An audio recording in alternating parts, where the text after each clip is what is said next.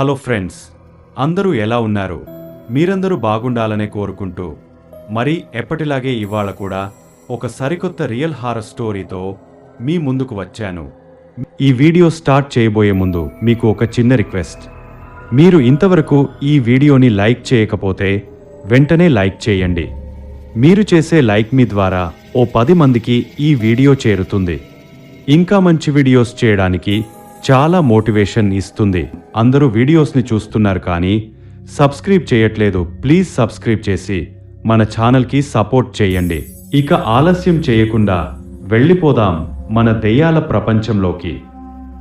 మీరు ఇప్పటి వరకు పార్ట్ 1 వీడియో చూడనట్లయితే వెంటనే పైన కనిపిస్తున్న ఐ బటన్ క్లిక్ చేసి చూడండి. ఇంకా ఈ పార్ట్ 2 వీడియో చాలా ఇంట్రెస్టింగ్గా, ఫుల్ హారర్గా, సస్పెన్స్గా ఉంటుంది. సో అస్సలు స్కిప్ చేయకుండా చివరి వరకు చూడండి. అక్కడున్నది చూసి ఒక్కసారిగా సోఫా మీద నుంచి కింద పడింది. అప్పుడే క్యాండిల్ వెలుగులో తనకి అదే వికృతంగా ఉన్న రూపం స్పష్టంగా కనిపించింది. అది తన పక్కనే సోఫా మీద కూర్చుని ఉంది. మాతంగి దాన్ని చూసి హడలిపోయింది. ఆమె పడుతూ లేస్తూ అక్కడ నుంచి పరుగుతీసి తన గదిలోకి వెళ్ళి తలుపు వేసుకొని గడిపెట్టుకుంది. తను చూసింది నిజమా కాదా అని అర్థం కావట్లేదు. ఆ భయంకరమైన ఆకారం ఎలా ఉందంటే, జుట్టు విరబోసుకుని, కళ్ళు తెల్లగా, ముఖమంతా కాట్లు పడి అందులో నుంచి రక్తం వస్తున్నట్టు, పెదాలు ఎండిపోయి వాటి చివర రక్తం కారుతూ ఉంది.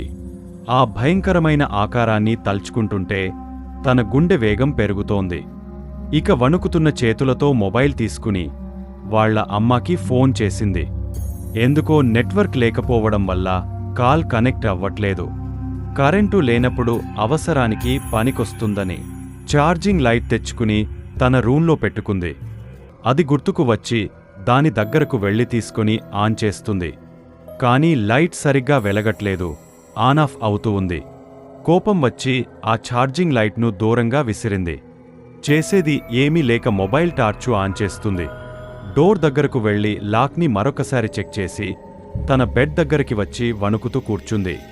ఆ చీకటి నిశ్శబ్దంలో కేవలం ఆమె ఫోన్ లైట్ వెలుగు మాత్రమే ఆమెకు తోడుగా ఉన్నట్టు అనిపించింది. సడన్గా ఆ గది డోర్ గడి టక్ టక్ అని శబ్దం చేసుకుంటూ దానంతటా అదే మెల్లగా తెరుచుకుంది. మాతంగి లైట్ వెలుగును గది తలుపు వైపు తిప్పింది.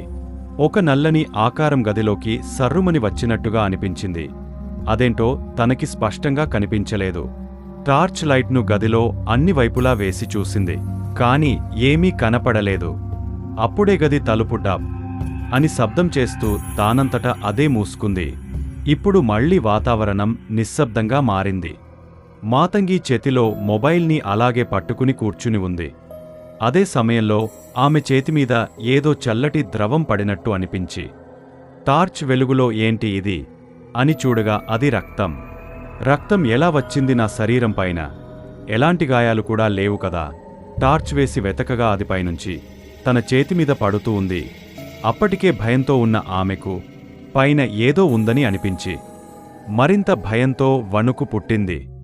అంతలో చూస్తుండగానే ఇంకో 2-3 రక్తపు బొట్టులు ఆమె చేతిపైన పడ్డాయి. వెంటనే ఆమె బెడ్ పైన ఉన్న దుప్పటి లాక్కుని చుట్టుకుని కూర్చుంది. అంతలో ఆమె చుట్టుకున్న దుప్పటిని ఎవరో బలంగా లాగి పక్కకు విసిరివేశారు. అంతేకాకుండా మాతంగి కాళ్లను ఎవరో బలంగా లాగడంతో ఆమె కింద పడిపోయింది. భయంతో చేతిలో ఉన్న టార్చ్ పైకి వేసింది. ఆ క్షణంలో పైన ఉన్నది చూసి ఆమె గుండె ఆగిపోయింది. పైన ఒక నల్లని ఆకారం ఆమె వైపే చూస్తూ ఉంది. దాని జుట్టు ముఖం ముందుర వేలాడుతూ ఉంది.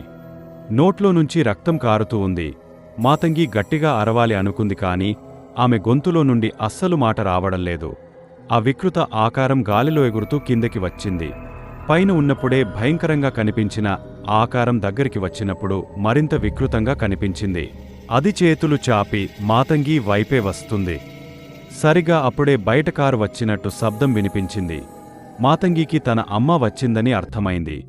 మాతంగ వాళ్ల అమ్మ కారు దిగిన వెంటనే తమ ఇంట్లో తప్ప చుట్టుపక్కల అంతా కరెంటు ఉండటం గమనించి కంగారుగా కారు డ్రైవర్తో ఇంటి తలుపు తాళం తీయించి లోపలికి వచ్చి మాతంగి అని పిలిచింది. అయితే ఇంట్లో నుండి ఎలాంటి రెస్పాన్స్ లేదు. పైన గదిలో కింద పడి ఉన్న మాతంగి, ఆమె పైన కొంచెం ఎత్తులో గాలిలో ఆ ప్రేతాత్మ ఉంది. కాని వాళ్ల అమ్మగారికి అదంతా తెలియదు. ఆమె లైట్ ఆన్ చేసింది, కానీ ఆన్ అవ్వట్లేదు. వెంటనే హాల్లో ఉన్న ఛార్జింగ్ లైట్ తీసుకుని ఆమె డ్రైవర్తో కలిసి మాతంగి గది వైపు వెళ్ళింది.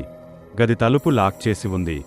మాతంగి అని పిలిచింది, కాని ఎంత పిలిచినా పలకకపోవటంతో లోపల ఏమైనా అయ్యిందా అని ఇద్దరూ కలిసి డోర్ని ఓపెన్ చేయడానికి ప్రయత్నం చేశారు, కానీ డోర్ అస్సలు ఓపెన్ అవ్వడం లేదు. ఇక ఆమె డ్రైవర్తో వెంటనే లాక్ని పగలగొట్టు అని చెప్పింది. డ్రైవర్ చాలా వేగంగా కిందకు వెళ్లి ఒక ఇనుప రాడ్డు తీసుకొచ్చి లాక్ని గట్టిగా కొట్టడంతో డోర్ ఓపెన్ అయ్యింది. మాతంగి వాళ్ల అమ్మ తన చేతిలో ఉన్న టార్చ్ లైట్ బెడ్ వైపు వేసింది. అక్కడ బెడ్ పక్కన ఉన్న దృశ్యాన్ని చూసి భయంతో ఆమె, డ్రైవర్ ఇద్దరూ వణికిపోయారు. మాతంగి అమ్మగారు వెంటనే తన చెల్లెలు ఇంటి నుండి పూజ ముగించుకుని ఇంటికి వచ్చేటప్పుడు ప్రసాదంగా తీసుకొచ్చిన పూజా కుంకుమని తెచ్చి ఆ ప్రేతాత్మ పైకి విసిరింది. ఆ పూజా కుంకుమ దానిపై పడగానే వికృతంగా ఉన్న ఆ రూపం గట్టిగా అరుస్తూ కిటికీ నుండి ఎగురుతూ బయటికి వెళ్ళిపోయింది. అది వెళ్ళిపోయిన వెంటనే ఇంట్లో ఉన్న అన్ని లైట్స్ ఒక్కసారిగా వెలిగాయి. మాతంగి అమ్మగారు తన చెల్లికి ఫోన్ చేసి అక్కడ ఇంట్లో జరిగింది మొత్తం చెప్పింది. ఆమె ఆ రోజు తన ఇంట్లో పూజ చేసిన గురువుగారిని తీసుకుని అరగంటలో మాతంగి వాళ్ల ఇంటికి వచ్చింది. మాతంగి స్పృహ లేకుండా పడి ఉంది. ఆయన ఏదో మంత్రాలు పఠించి మంత్రాజలాన్ని ప్రోక్షణ చేయగా ఆమెకు స్పృహ వచ్చింది. గురువుగారు కొంతసేపు ధ్యానం చేసి, మాతంగిని నువ్వు గత 2-3 రోజులుగా ఎక్కడికైనా వెళ్ళావా అని ప్రశ్నించారు. మాతంగి నిదానంగా గుర్తు తెచ్చుకుని, అవును గురువుగారు, నా స్నేహితురాలి అక్క చనిపోయి 1 నెల అయ్యింది. అందుకు మేమిద్దరం కలిసి సమాధిపైన పూల గుచ్చం పెట్టడానికి శ్మశానానికి వెళ్ళాము అని చెప్పింది.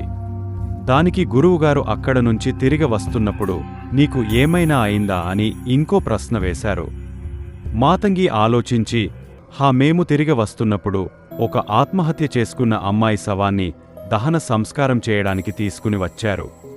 ఆ అమ్మాయి బంధువులు ఆమె ఆత్మహత్య చేసుకుంది అని చెప్పుకోవడం నేను విన్నాను అని చెప్పింది. గురువుగారు, అప్పుడు నువ్వు ఆ శవాన్ని చూడడానికి వెళ్ళావా అని అడిగారు. మాతంగి, అవును గురువుగారు అంది. అక్కడ నువ్వు ఏదైనా వస్తువుని చూసావా లేదా తీసుకున్నావా అని ప్రశ్నించారు. నిజం చెప్పు అన్నారు. మాతంగి తడబడుతూ, క్షమించండి గురువుగారు, అక్కడ ఒక మెరుస్తున్న కొత్త డిజైనర్ గాజు కనిపించింది. నేను అది చాలా బాగుంది అని తీసుకుని నా చేతికి వేసుకున్నాను అని ఆ గాజును చూపించింది. గురువుగారు, అదే నువ్వు చేసిన పెద్ద తప్పు. ఆ గాజు చనిపోయిన ఆ అమ్మాయిది. నువ్వు శ్మశానానికి వెళ్ళేటప్పుడు నీ స్నేహితురాలితో మాత్రమే వెళ్ళావు, కాని తిరిగి వచ్చేటప్పుడు ఆ చనిపోయిన అమ్మాయి ఆత్మని నీతో పాటే తీసుకొని వచ్చావు అన్నారు. అంతేకాదు, ఆ ప్రేతాత్మ గత 2-3 రోజులుగా నిన్నే గమనిస్తూ ఉంది. ఆత్మహత్య చేసుకుని చనిపోయిన ఆ అమ్మాయి తన తీరని కోరికలను తీర్చుకోవడానికి పిశాచిగా మారి అలమిటుస్తూ నీ ద్వారా తన కోరికలను తీర్చుకోవడానికి నీ శరీరంలోకి ప్రవేశించడానికి ఆశపడింది. సరైన సమయం కోసం వేచిచూస్తున్న ఆ ప్రేతాత్మ ఈరోజు నీ శరీరాన్ని చేరుకోవడానికి ప్రయత్నం చేసింది, కాని దైవబలం ఉండటంతో మనమందరం ఇక్కడకు సరైన సమయానికి చేరుకున్నాము అని చెప్పి మాతంగి చేతిలో ఉన్న గాజుని తీయించి దాన్ని పగలగొట్టి ముక్కలు చేసి ఇంట్లో గంగాజలంతో ప్రోక్షణ చేశారు. ఆ గాజు ముక్కలని గురువుగారు తీసుకెళ్లి ఊరికి దూరంగా భూస్థాపన చేపించారు. ఇంత జరిగిన తరువాత కొన్ని రోజులపాటు మాతంగి భయంలోనే గడిపింది. తర్వాత నిదానంగా మామూలు స్థితికి వచ్చింది. ఈ వీడియో మీకు నచ్చిందా?